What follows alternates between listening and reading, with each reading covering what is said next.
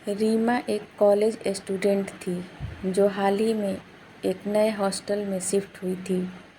Hostel में उसका कमरा सबसे ऊपर वाली मंजिल पर था, जहाँ बाकी कमरों में कोई नहीं रहता था।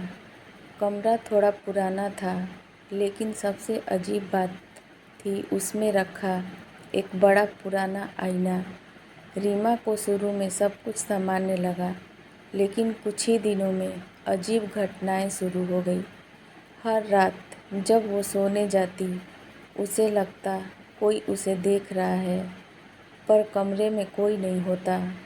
एक रात उसने देखा, आईने में उसकी परछाई थोड़ी देर तक रुकी रही, जबकि वो खुद पीछे मुड़ चुकी थी। धीरे धीरे चीज़ें और डरावनी होने लगी।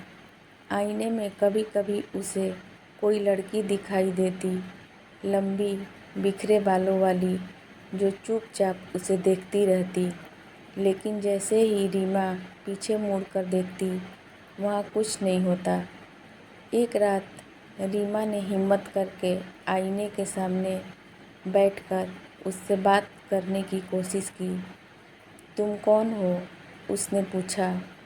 आईने में उसकी परछाई मुस्कुराई, पर रीमा के चेहरे पर कोई मुस्कान नहीं थी। डर के मारे उसने आईने को कपड़े से ढक दिया और अगले दिन हॉस्टल बदलने का फैसला किया। लेकिन जब वह बाहर जाने लगी तो देखा, कमरे का दरवाज़ा खुद ब खुद लॉक हो गया था।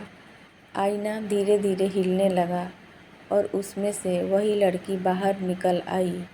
उसकी आंखें काली थी और चेहरा वैसा ही जैसे रीमा का, बस जिंदा नहीं।